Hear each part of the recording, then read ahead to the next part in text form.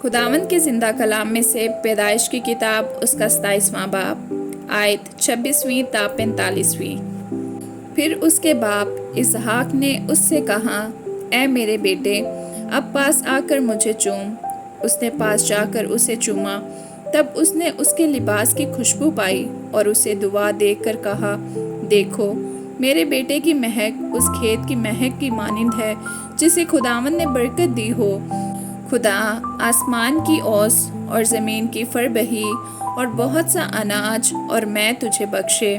कौमें तेरी खिदमत करें और कबीले तेरे सामने झुकें। तू अपने भाइयों का सरदार हो और तेरी माँ के बेटे तेरे आगे झुकें। जो तुझ पर लानत करें वो खुद लानती हों और जो तुझे दुआ दे वो बरकत पाएं। जब इसहाक याकूब को दुआ दे चुका और याकूब अपने बाप इसहाक के पास से निकला ही था कि उसका भाई ईसू अपने शिकार से लौटा। वो भी लजीज खाना पकाकर अपने बाप के पास लाया और उसने अपने बाप से कहा, मेरा बाप उठकर अपने बेटे के शिकार का गोश्त खाए ताकि वो दिल से मुझे दुआ दे। उसके बाप इसहाक ने उससे पूछा कि तू कौन है? उसने कहा, मैं तेरा पहलौठा बेटा ईसू हूँ। तब तो इसहाक बशिद्दत कांपने लगा और उसने कहा, फिर वो कौन था जो शिकार मार कर मेरे पास ले आया और मैंने तेरे आने से पहले सब में से थोड़ा थोड़ा खाया और उसे दुआ दी, और मुबारक भी वही होगा। यीशु अपने बाप की बातें सुनते ही बड़ी बुलंद और हसरतनाक आवाज़ से चिल्ला उठा और अपने बाप से कहा, मुझको भी दुआ दे, ऐ मेरे बाप, मुझको भी।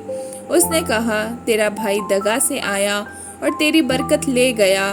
तब उसने कहा, क्या उसका नाम याकूब ठीक नहीं रखा गया?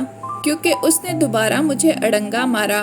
उसने मेरा पहलौठे का हक तो ले ही लिया था और देख, अब वो मेरी बरकत भी ले गया। फिर उसने कहा, क्या तूने मेरे लिए कोई बरकत नहीं रख छोड़ी है?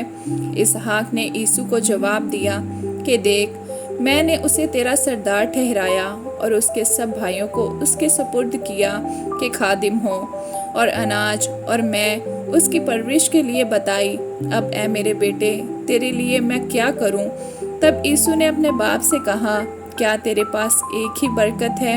ऐ मेरे बाप, मुझे भी दुआ दे, ऐ मेरे बाप, मुझे भी। और यीशु चिल्ला चिल्ला कर रोया। तब उसके बाप इसहाक ने उससे कहा, देख, जरखेज ज़मीन में तेरा मस्कन हो और ऊपर से आसमान की शबनम उस पर पड़े। तेरी औकात बसरी तेरी तलवार से हो और तू अपने भाई की खिदमत करे, और जब तू आज़ाद हो तो अपने भाई का जुआ अपनी गर्दन पर से उतार फेंके। और यीशु ने याकूब से उस बरकत के सबब से जो उसके बाप ने उसे बख्शी कीना रखा, और यीशु ने अपने दिल में कहा कि मेरे बाप के मातम के दिन नज़दीक हैं, फिर मैं अपने भाई याकूब को मार डालूंगा। और रिबका को उसके बड़े बेटे यीशु की ये बातें बताई गईं।